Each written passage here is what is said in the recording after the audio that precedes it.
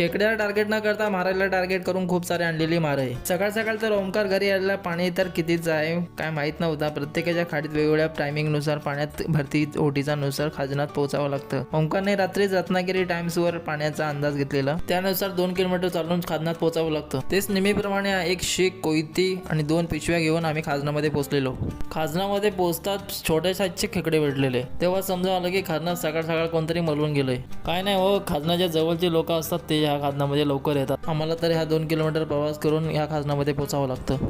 मोठ्या मोठ्या साईजचे खेकडे कमी प्रमाणात भेटत होते। आज तर पंधळीकर आणि सतकोंडी गावातील लोकांनी धुमाकूळ घातला होता या खाजनामध्ये। खेकडी तर कमी भेटली, महाराईवर टार्गेट करावा लागला। खेकडी तर जास्त काय भेटत नव्हती, 15-20 तरी भेटली। ओमकारने कोयती आणलेली आणि मी कोयती आणली नव्हती, फक्त शेग आणलेली। जास्त वाट न बघता महाराई काढायला सुरुवात केली कोयतीने। एकाच कांजलाच्या मुदात 15-20 तरी महाराई भेटत होती। या खाजनात यायचं म्हटलं तर अनुभवी माणूस असलाच पाहिजे आपल्यासोबत। जास्त खेकडीने महाराई भेटते म्हणून हावऱ्यासारखे काढत बसू नका, तर या जंगलामध्ये खूपच वेगळा अंदाज येतो। जेवढं खाडीच्या कडेनुसार काढाल तेवढं चांगलं। आणि आम्ही जंगलात असल्यामुळे जास्त वेळ न थांबता खाजनात पाणी भरायला सुद्धा सुरुवात झाली होती।